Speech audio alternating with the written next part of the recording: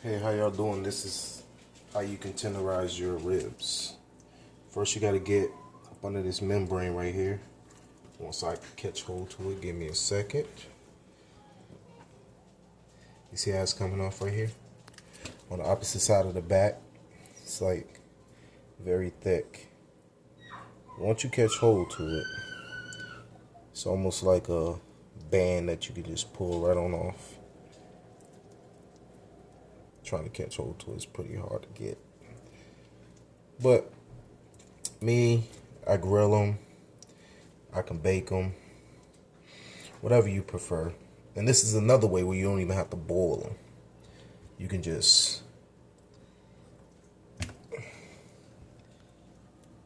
Man, this is a fight today. If I didn't use so much profanity in my last video, it would have worked perfectly fine. But I wanted to be more professional, you know. So, just cut one side of it. There we go. I think that's a good cut. Alright, so here. You see that? See that up under there? See, that's a thick piece of meat. See, this is what I've been telling everybody about. They don't understand. Most people like to boil their ribs. I don't. I take this long piece of membrane right here. And I peel it all the way off. See how that coming off? And up under there is pure meat. See that? Just peel all that membrane off. Oh, this is pure meat. Well, this membrane ain't, but once you get up under it, it's pure meat. So you're gonna get all this off. Once you get it off, the meat gonna be tender, and you could cook it. I usually stick it in the oven at 400 for an hour and a half, and I baste it. I season it up. You can marinate it as long as you want, but I usually season it up and everything. Sometimes I marinate depending on how fast I need to cook it, but sometimes I don't. I'll season it up and call it a day.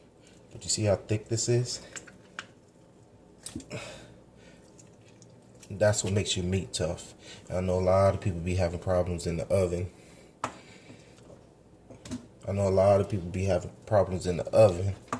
When they trying to get that meat clean. You know, so you pull off all this stuff. Make sure you get all that thick stuff off. And then, you know, so back to what I was saying, yeah, I put it in the oven at 400, but you can do it as a precaution if you want to cook it at 350. Put it in there for 2 hours, flip it every 30 to 45 minutes, depending on, and then the last 30 minutes, the last 45 minutes, you take it the last 30 minutes of the 45. The 30 minutes before the 15 mark, before they're done. What you do is you go on ahead and you flip it back to the top, you know. And then once you're done doing all that, you go on ahead and baste it with your barbecue sauce and leave it there for 15 minutes prior. Once your timer's done, then you just let it sit in the oven for at least 10 minutes or so, depending on once it's done. See, they even got one on this thin piece right here. I like to peel all this off. Like, just get up in there, peel it all off. And this is another way to cook your meat pretty fast too, once you get this off, because this is what holds it back.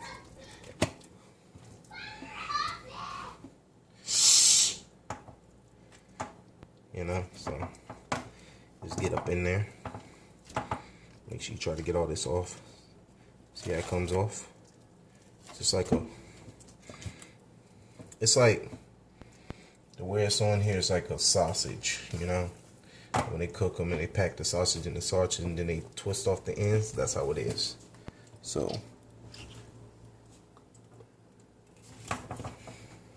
then you get it done, and then you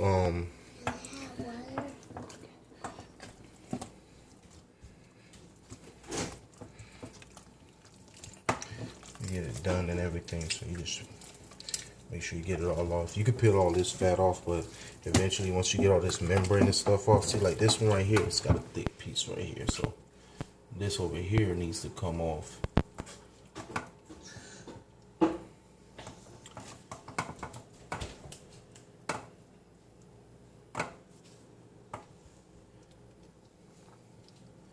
That's a thick piece right here. So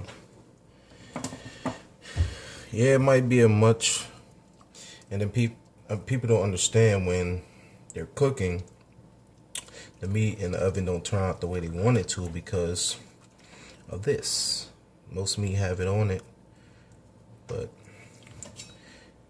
and also when I grill it, I turn the grill on like medium high, you know, and I take a bottle of vinegar and water mix, 2 parts water, 1 part vinegar, and that's how I base my meat.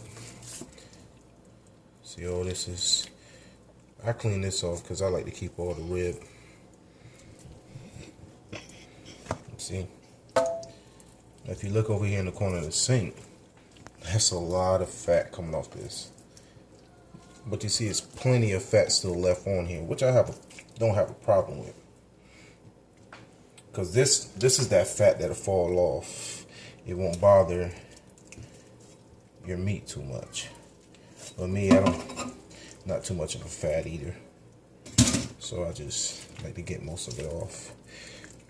Try not to destroy the rib in the process, if you know what I mean.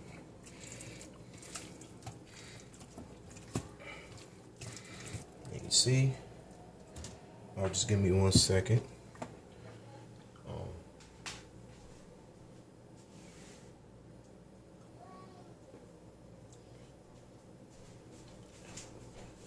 But yeah, I went 30 minutes at 400.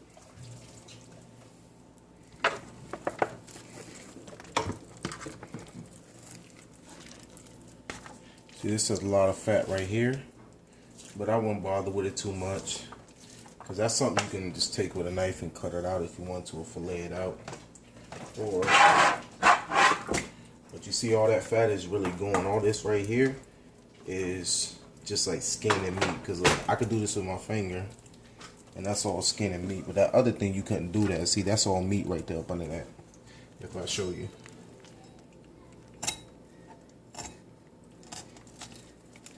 that's all meat right up under that, and that's as thin as you want it, because when it cooks, this loosens up. It's almost like tendons. You want to once you let them cook for a while, they go ahead and start loosening up.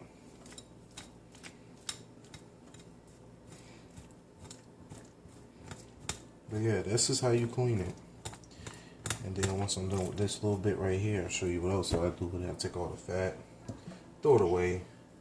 I know there's some old school black folks that like to take the fat, do something with it, but I'm not old school, I'm new school. I'm teaching the old school how to cook ribs. So you know I must be doing it right if it's that tender. When you ain't got no teeth and you can eat it. So then the next thing I do,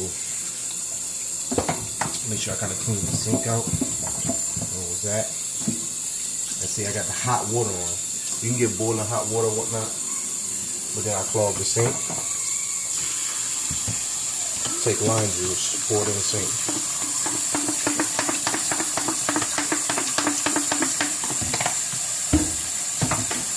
Vinegar. Let the hot water boil.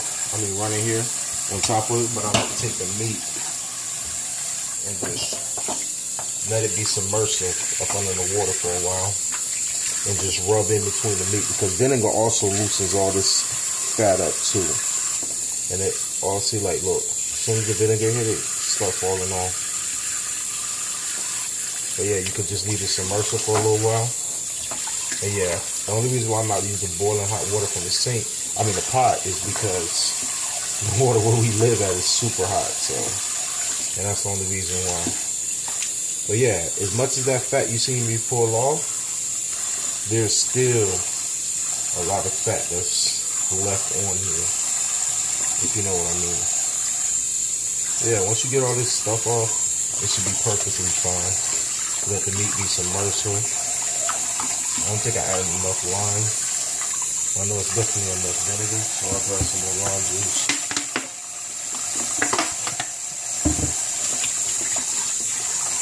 Oh yeah, and by the way, these are pork ribs. These are not beef ribs. This is how I do the pork ribs.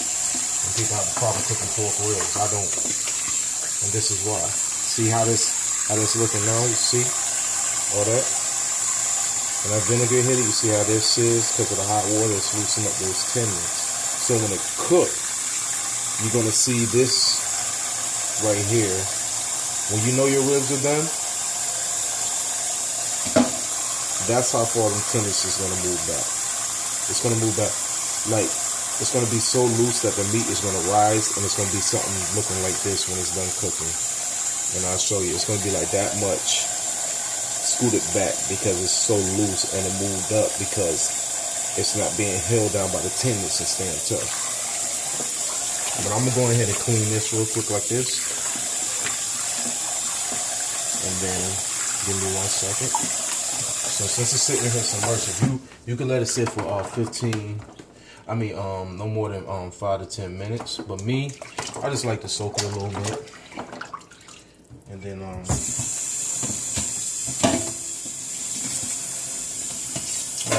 put it on the drainer like this and let it drain.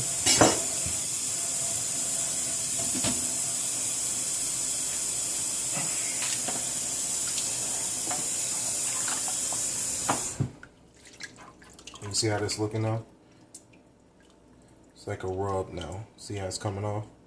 So you know when it's cooking, it's going to be good. I don't even know what I'm going to do. I'm probably going to... You think I should bake it or grill it?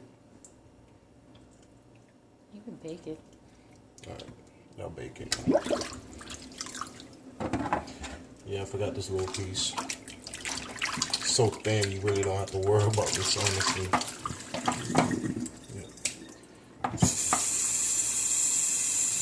Yeah, oh yeah, also, when you're done with it, sometimes you want to rinse off that lime juice because it might be a little bit too much citrus on it.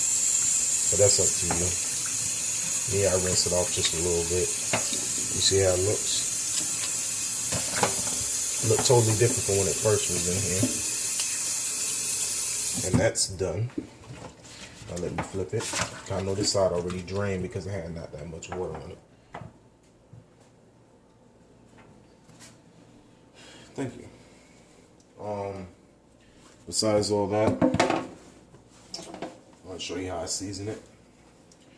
I have plenty of seasoning in my cabinet though. So you can pick whatever you want. So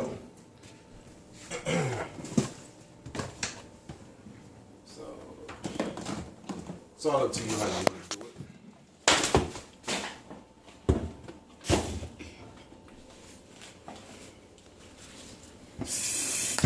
Got to drop that, so I want to do it. Want to do the 6 pepper? Ground pepper. This, that. See, I have a variety of seasoning. Sometimes I like to take a little curry, give it a little kick to it.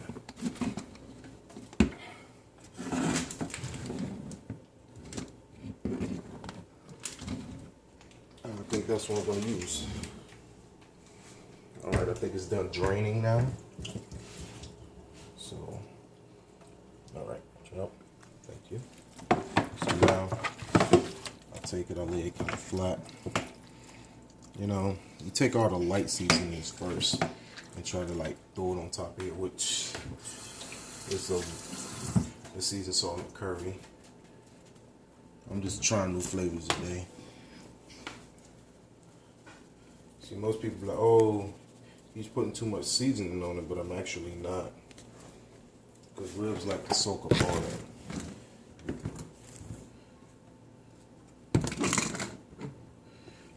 And what I like to do is, once I add the seasoning oil to it,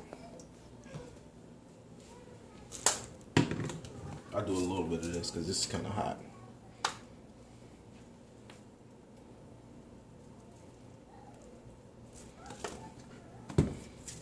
course, I didn't break out the 6 seed yet, so I gotta break the seal on this. Excuse me. Ooh, that's spicy.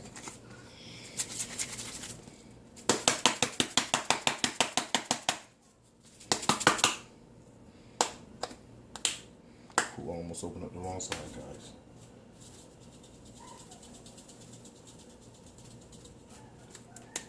I guess I'm not gonna leave this then. Did I have this yet? No, right?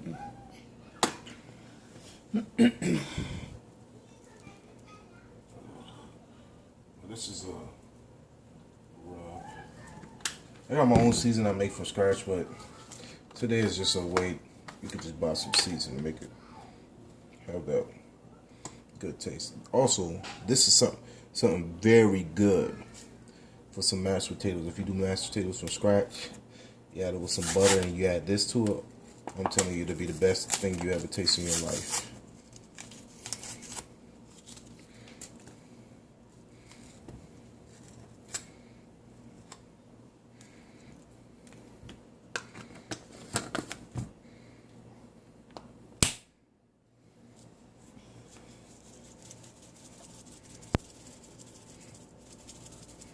And what I like to do is I like to massage it in.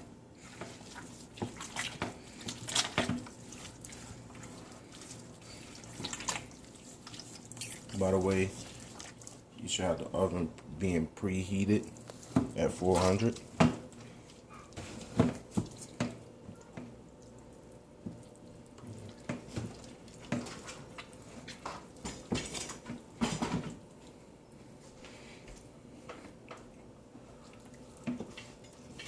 Yeah, so I'm gonna try to get as much as that one side of the meat in, and see, like, once you start massaging everything in, yeah. So once you start massaging all that in, you flip it to the good side.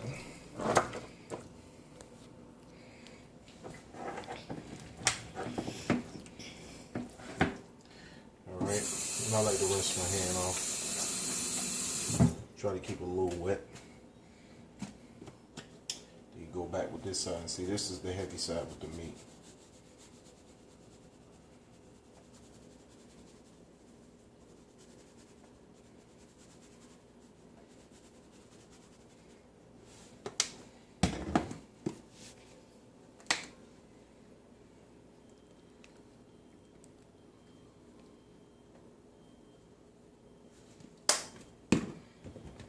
Like I said, just a little bit of this.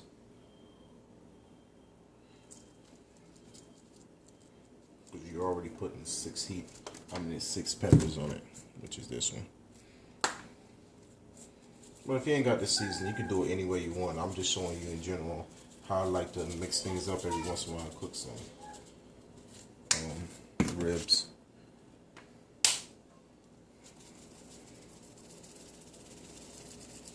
See, I want mine packing with flavor, but and y'all notice I didn't really use anything but seasoned salt.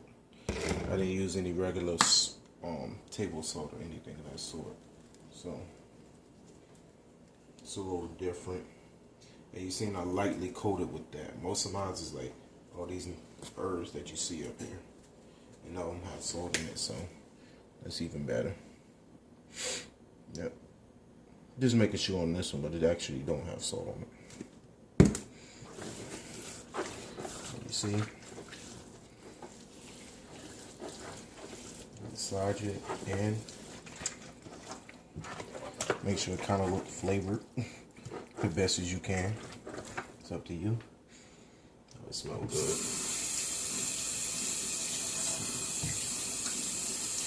And then I'll be right back to you about it.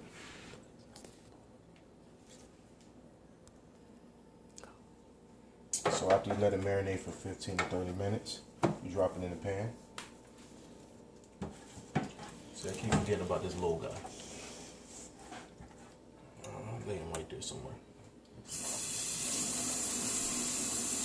And you take some oil, just a little bit.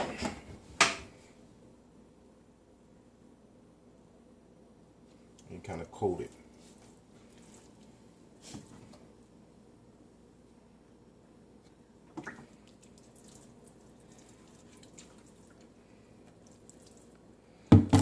sure the meat is coated with oil. Because after a while, after 30 minutes to 45 minutes, it's going to make its own juice, and you just keep basting it.